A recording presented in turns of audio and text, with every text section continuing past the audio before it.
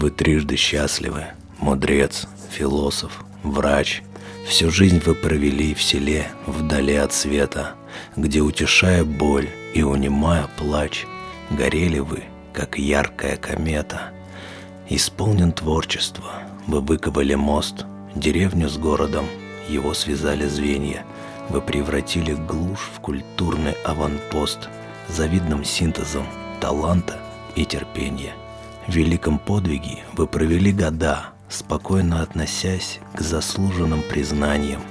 Вы не прельстились ни разу, никогда, мишурной славою или ученым званием. Живите ж так и впредь, пускай из года в год вас не коснется яд и жало кривотолков. И пусть идете вы все выше, все вперед. Вы наш пример и гордость, доктор Волков. Константин Васильевич Волков, 1871-1938 год. Видный советский хирург, яркий представитель плеяды ученых нашей страны. Под его руководством и по его проекту на средства купцов Таланцевых в городе была построена первая в Чувашии хирургическая и глазная лечебница. Здесь он проработал свыше четверти века, но он был не только замечательным хирургом и общественным деятелем. Он прекрасно разбирался в литературе, искусстве, философии, писал стихи, пел, рисовал. Его отличали высокая принципиальность, гуманное, чуткое отношение к людям. Современники писали: неправильно ценить его только как хирурга. Он был такой же величины духовным врачом. В любом положении умел утешить, незаметно подсказать линию поведения, а где нужно помочь и материально. Чуваши называли его «Вырос Тухтари», русский доктор. Платили ему огромной любовью и доверием. Он был великолепным диагностом. Не было в него и ни рентгеновского кабинета, никаких других вещей таких, которые сейчас есть. Ну вот, к нему пришла одна больная чувашка, вот, и стала ему вот жаловаться на свои болезни. Он стал ее осматривать и говорит: слушай-ка, а ведь ты у меня уже была. То есть он по рубцу, на операционном рубцу, определил, что она у него уже была. И он же делал операцию, знал, какая это именно операция. Письма, воспоминания современников свидетельствуют, что у Волкова была замечательная семья. Он женился в 1895 году, будучи студентом медфака Московского университета, на Клавдии Владимировне Назаровой, дочери служащего Казанской городской думы. Она с медалью окончила гимназию, затем фельдшерско-акушерские курсы в Казани, работала в больницах. Выезжали в уезды на ликвидацию эпидемий. После замужества Клавдия Владимировна не работала и была всецело занята семьей. Вечная труженица, не признававшая безделья, не требовательна к материальным благам жизни. Она из немногого умела создать уют, жизнерадостную атмосферу в доме. Она обеспечивала мужу возможность полностью отдаться хирургической, общественной и научной деятельности. Была первым ценителем его литературных трудов и во всем помогала ему. У них родилось 4 детей. Глеб, 1897 года рождения, Татьяна, 1899, Алексей, 1902 и Елена, 1907 года рождения. Родители уделяли много внимания их всестороннему развитию, приучали к труду. Главным в воспитании был пример родителей. Когда дети были маленькие, семья жила в Крыму. Волков с детьми часто ходил на прогулки в горы. Малыши вслед за отцом бегали по горам, ловили бабочек и жучков. Константин Васильевич мог часами рассказывать им о разных насекомых, птицах, животных, показывал фокусы с растениями. Их названия он знал на русском и латинском языках. Константин Васильевич Волков был многосторонне развитым человеком. Его уважали не только как хирурга, ученого, но как и признанного философа, литератора и певца. А дедушку я очень хорошо помню, но разные этапы воспоминаний. Но первый, когда я еще был совсем маленький, я с ним общался, и помню очень хорошо его очень ласковые, добрые глаза. Очень был добрый, ласковый, внимательный.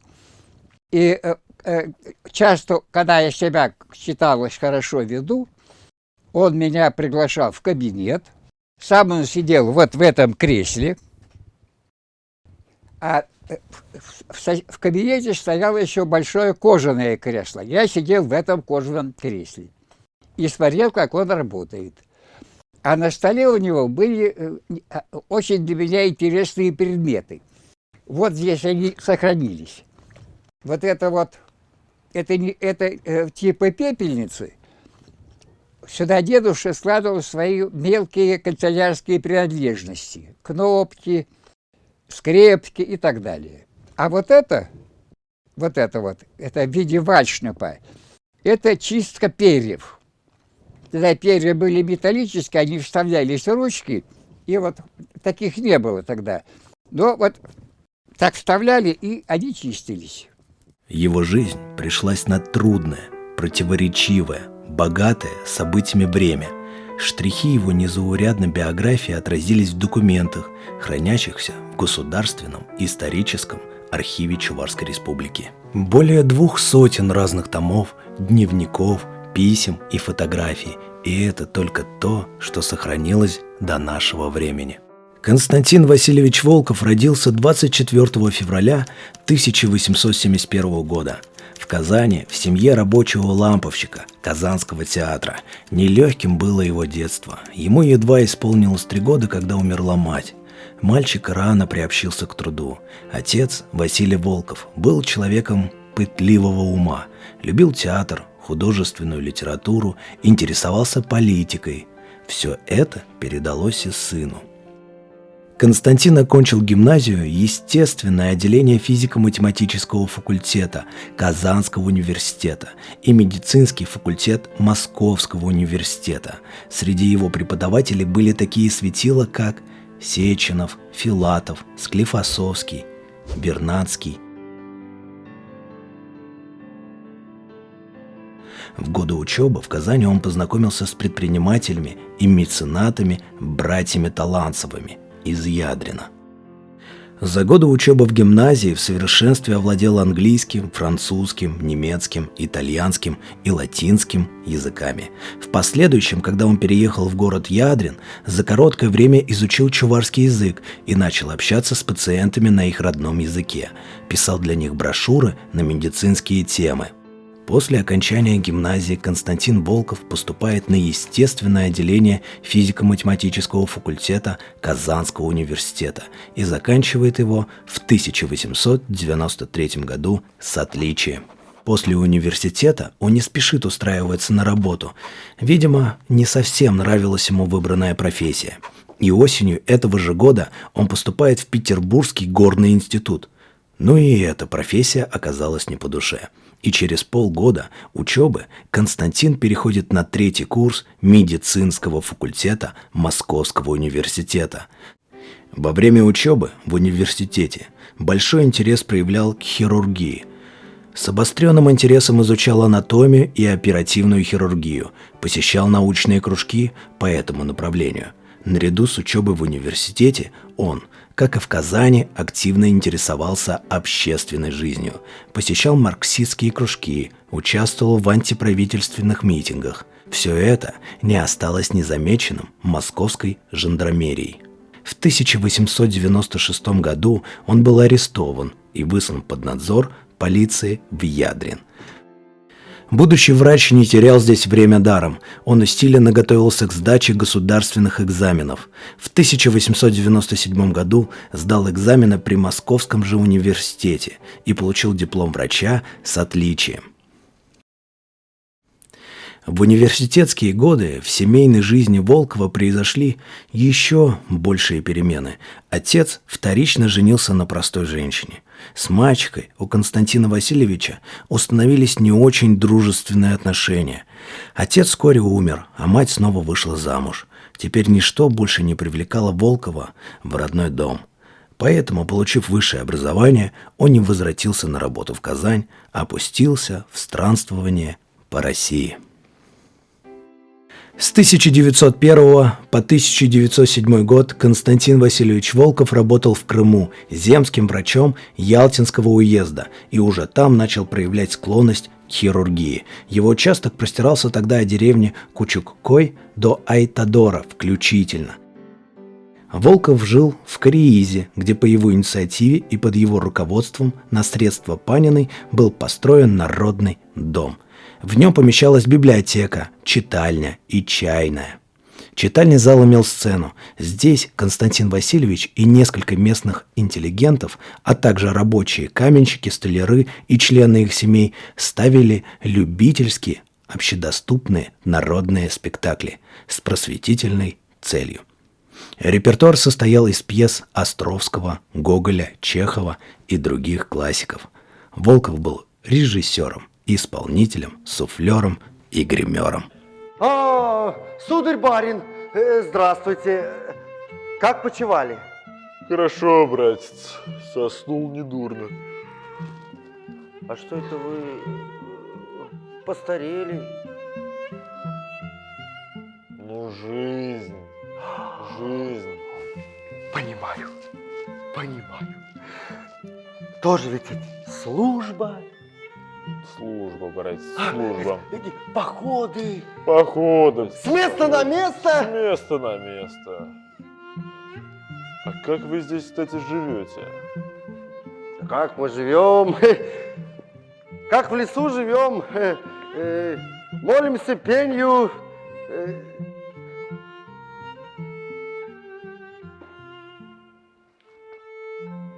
Константин Васильевич, я слова забыл. Егор, тетенька. Тетенька чай приготовила. Она кушать просит. Хорошо.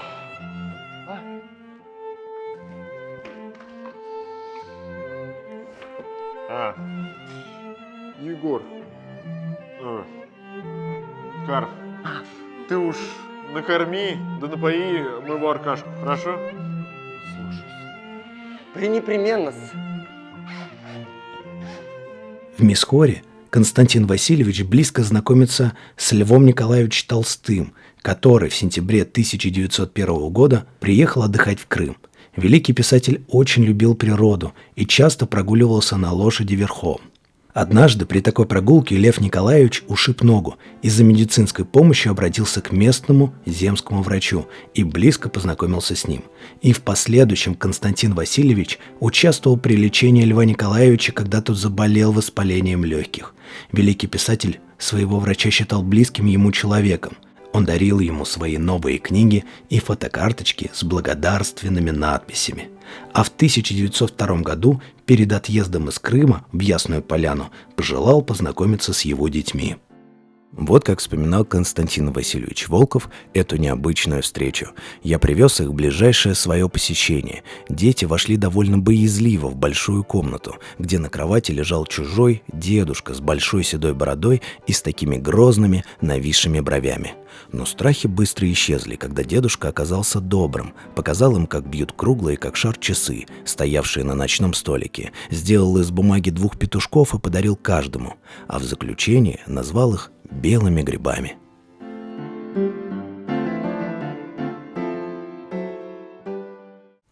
После отъезда из Гаспри Лев Николаевич продолжал переписываться с Волковым. «Простите, милый Константин Васильевич, что, несмотря на то, что был очень рад и благодарен за письмо, до сих не отвечал». Писал он врачу, которому в годы русско-японской войны пришлось надеть солдатскую шинель. «Очень благодарен вам за ваши добрые чувства. Это, как вы знаете, совершенно взаимно, и поэтому очень прошу вас хоть изредка извещать меня о себе. Если же я мог чем-нибудь послужить вам, то был бы очень рад. У нас живется хорошо, все вас помнят и любят, и жалеют вашу милую жену. Война захватила вашу семью материальным колесом. Меня же она давит духовно. Ужасаешься на то, что с таким усилием совершается то, чего не должно. Не может быть, если только человек разумное существо. Прощайте пока. Спасибо вам за все, что вы делали мне. А главное, за ваши добрые чувства». В русско-японской войне Константин Васильевич Волков участвовал от начала и до конца. За ратные подвиги был награжден орденом Святой Анны второй степени, темно-бронзовой медалью и медалью Российского Красного Креста.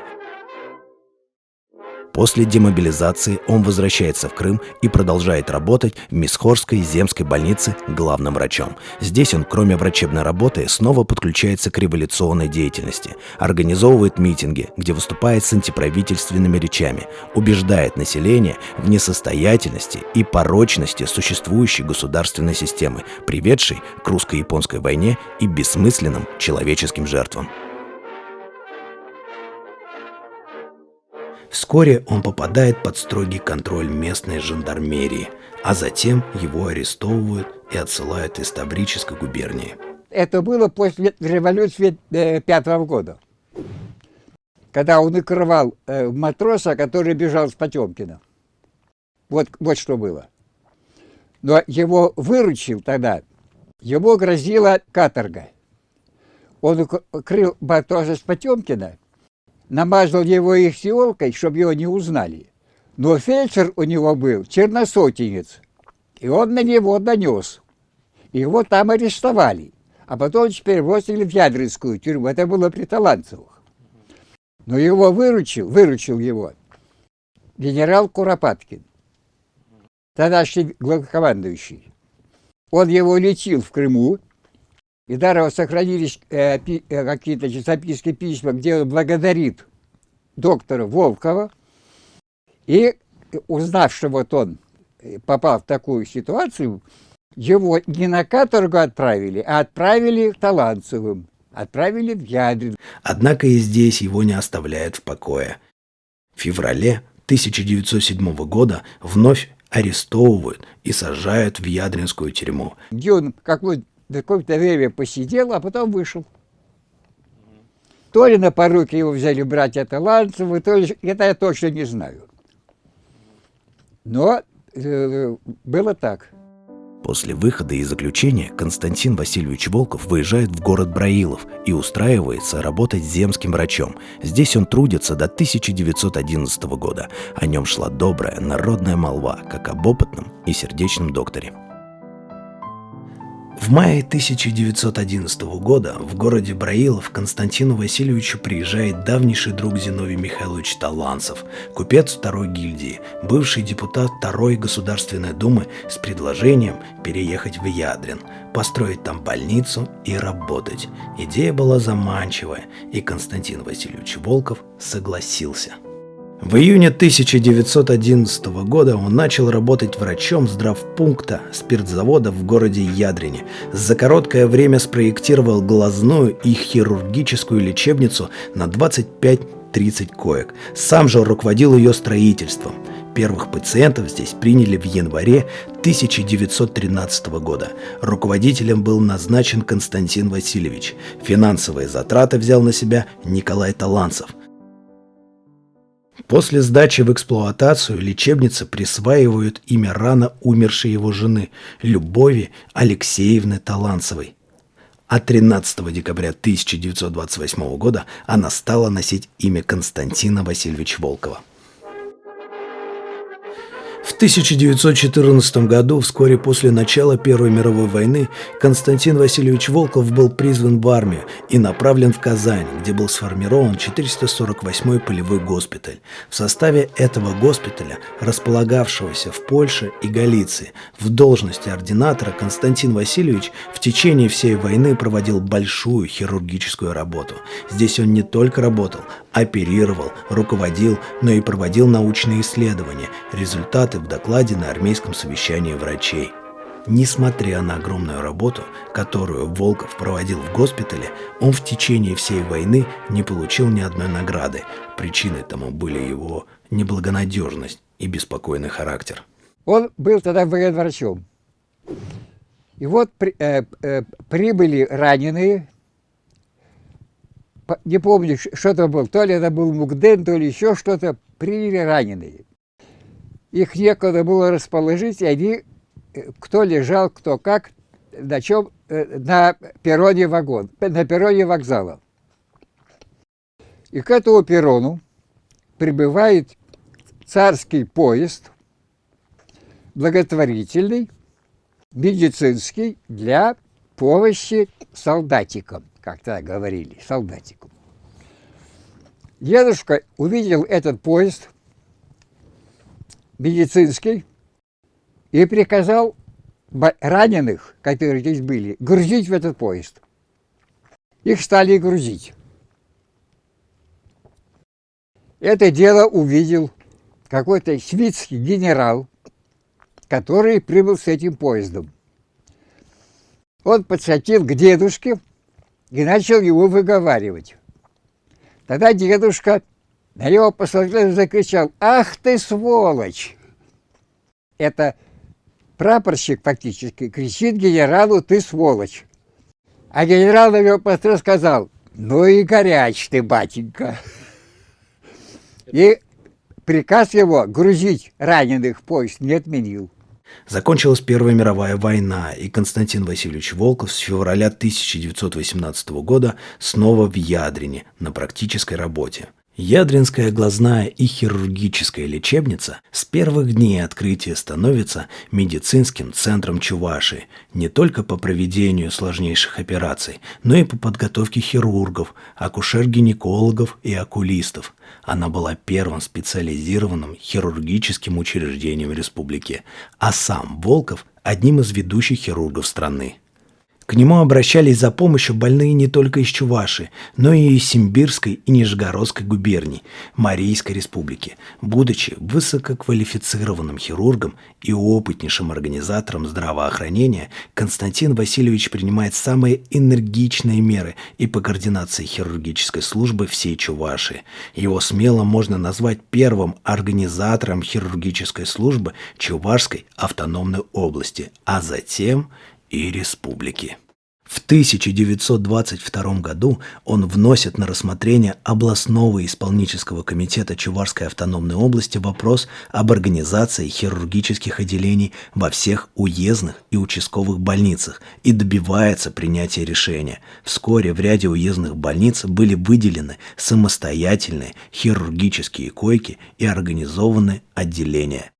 В 1924 году на 4-м съезде врачей области, а затем и на заседании Президиума облисполкома Константин Васильевич Волков представил план расширения Ядринской лечебницы, в котором он предусмотрел открытие трахоматозного отделения на 20-30 коек, акушерского на 10-15 коек и отделения санаторного типа для лечения детей с костно-суставным туберкулезом. В этот период его огромный опыт оказался востребованным. В 1929 году по его предложению Президиум Ядринского райисполкома принимает постановление, обязывающее командировать всех участковых врачей района в Ядринскую лечебницу сроком на 2 месяца для повышения квалификации по хирургии. В 1931 году Константин Васильевич Волков рекомендует более полно использовать лечебницу для подготовки не только хирургов и участковых врачей, но и акушер-гинекологов и окулистов. Ядринская лечебница за короткое время по праву становится настоящим институтом по подготовке врачебных кадров хирургического профиля. Будь Константин Васильевич Волков живым, он был бы счастлив увидеть свою больницу, свое детище. Ведь это не руины, не какой-то обветшалый памятник архитектуры. Теперь это настоящий музей, в котором хранится память о Константине Васильевиче и о его свершениях.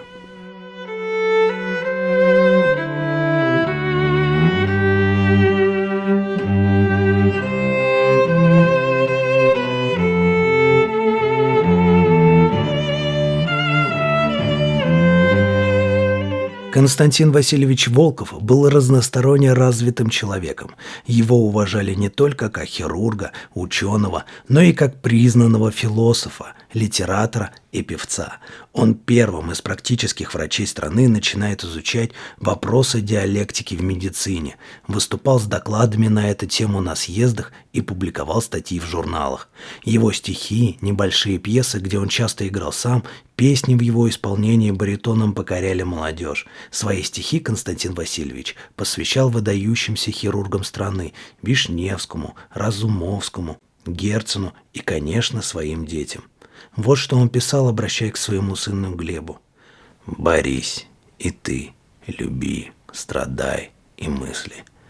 Порывы гордости смиряй, себе поменьше прав отчисли, другим побольше уделяй». Многие его стихи были посвящены природе Чувашии. В вечернем страхе стихает, дневных забот, немолчных гам, костры ночные зажигают, кое-где чуваши по лугам. Бубенчик в поле отзовется, и звякнет раз, потом другой, и как журчанье тихо льется с долины близкой под горой, неспешный разговор гусей на грязном берегу колодца. Впервые после революционные годы Константин Васильевич Волков активно участвует в развитии здравоохранения молодой чувашской автономии. 23 сентября 1919 года он был избран заведующим отделом здравоохранения Ядринского уезда. По предложению руководства Чувашской автономной области в 1920 году он совместно с врачом Обуховым разрабатывает структуру областного облздравотдела и уездного отдела здравоохранения, а также планы организации сельских врачебных участков, диспансерных учреждений и подготовки медицинских работников. Энергичный, с добрым сердцем и злым языком, искатель истины и справедливости. Таким он оставался до конца своих дней. На сессиях ЦИК Чувашии Константин Васильевич Волков критиковал недостатки, невзирая на чин, вплоть до секретаря обкома партии и руководителя правительства. Громил бюрократизм, волокиту, очковтирательство. Но в стране начались репрессии. Аресты, которые не миновали и Константина Васильевича. 20 октября 1937 года его признают врагом народа и исключают из членов КПСС. Кстати, партбилет ему выдавали в возрасте 61 года. В отчаянном состоянии врач пишет письма к своим друзьям и в различные инстанции, но, к большому сожалению, никто не услышал его голоса. Он негодовал и спрашивал, зачем же из меня сделали врага народа? Было обидно, что выдающегося хирурга с мировым именем, отличного организатора здравоохранения, ученого, философа, литератора, героя труда, любимца народа и сделавшего так много для него, назвали таким позорным именем. Бесконечная травля и нечеловеческие унижения привели 67-летнего врача к моральному, физическому и психическому истощению. У него начинаются тяжелые сердечные приступы. Друзья хотели его госпитализировать в одну из ведущих клиник Москвы, но он остался верным своей лечебнице. Однако ни старания его близких друзей, ни медиков Ядринской лечебницы не привели к облегчению его состояния. 28 июня 1938 года, на 68 году жизни, измотанное несправедливостью сердце врача перестает биться.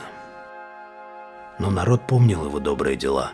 На всем протяжении дороги из Ядрина до станции Шумерля, а это более 60 километров, земляки сопровождали тело Константина Васильевича, просили прощения за глумление над ним, благодарили за человеческое отношение к больным.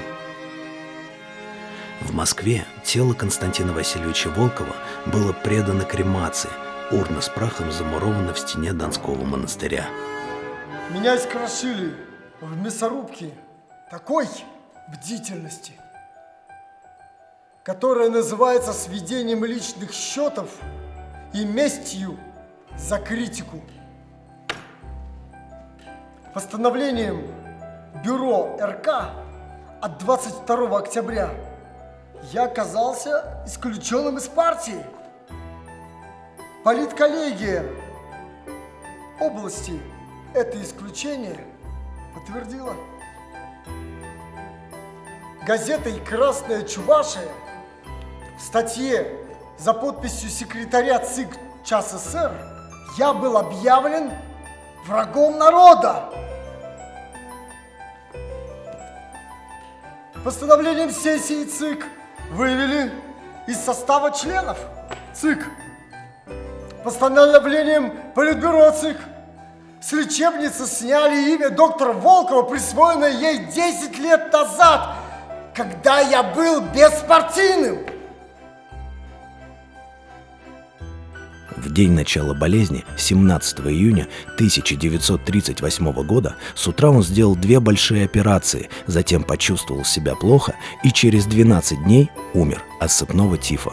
Он даже не хотел выздоравливать, предполагает директор музея Жуков. Есть версия, что он специально заразился и умер. Якобы об этом утверждал шофер больницы под знакомой артистической фамилией Мордвинов. Вы трижды счастливы, мудрец, философ, врач. Всю жизнь вы провели в селе, вдали от света, где, утешая боль и унимая плач, горели вы, как яркая комета.